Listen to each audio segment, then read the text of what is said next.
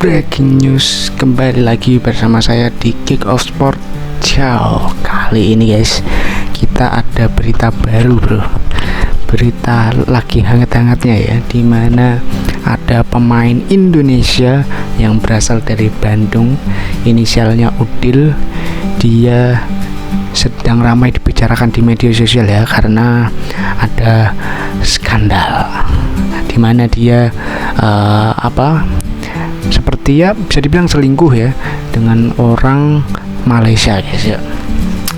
Oke ya, ini kronologi pertama ya. Udil ini kan sekarang inaktif ya di Homeboyz, dan dia sekarang mungkin di Malaysia ya, dan karena mungkin gabut itu ya, dia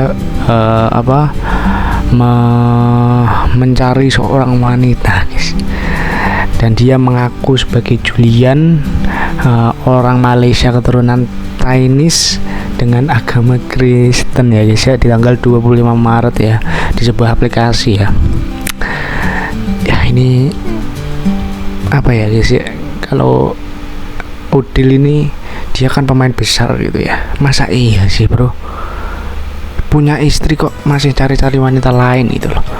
Padahal kan dia udah pernah bilang bahwa istrinya adalah yang paling memahami dia, yang paling sempurna lah di mata dia. Namun dia malah mencari seorang wanita lain ya di Malaysia ya. Terus kemudian dia ketemu lagi di Jogja gitu ya sama si wanita ini, inisialnya N.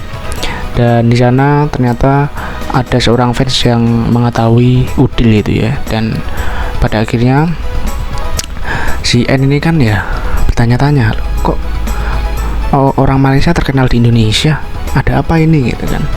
Sebelumnya Udil itu bilang kalau dia kan orang Malaysia ya, jadi mungkin merasa ya nggak masalah ya, nggak ada hal-hal yang dikhawatirkan oleh N ya. Ternyata pas di Jogja itu si N mulai curiga guys ya, dan mulai mengulik-ulik siapa itu Udil sebenarnya guys ya, dan pada akhirnya dia tahu bahwa Udil sudah menikah guys, dan dia tahu itu dari media sosial kalau tidak salah, dan akhirnya mengkontak si sang istri ya.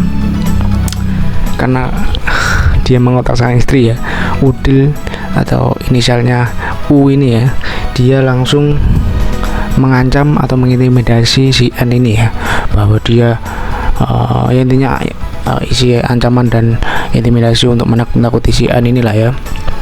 Dan ini kasus yang sangat besar menurut saya, karena Udil ini kan bisa dibilang legend lah ya, dari Onyx juga ke AE, terus pindah ke Homeboyz di Malaysia kan juga berita yang menggegarkan dunia itu ya, dunia ML maksud saya.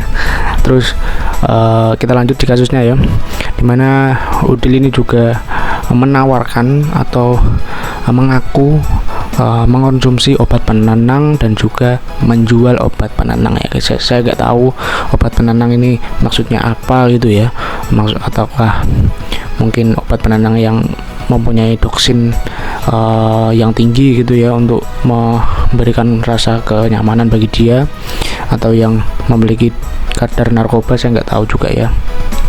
Tapi intinya obat penenang itu juga dia menawarkan juga, dan dia menjual itu guys.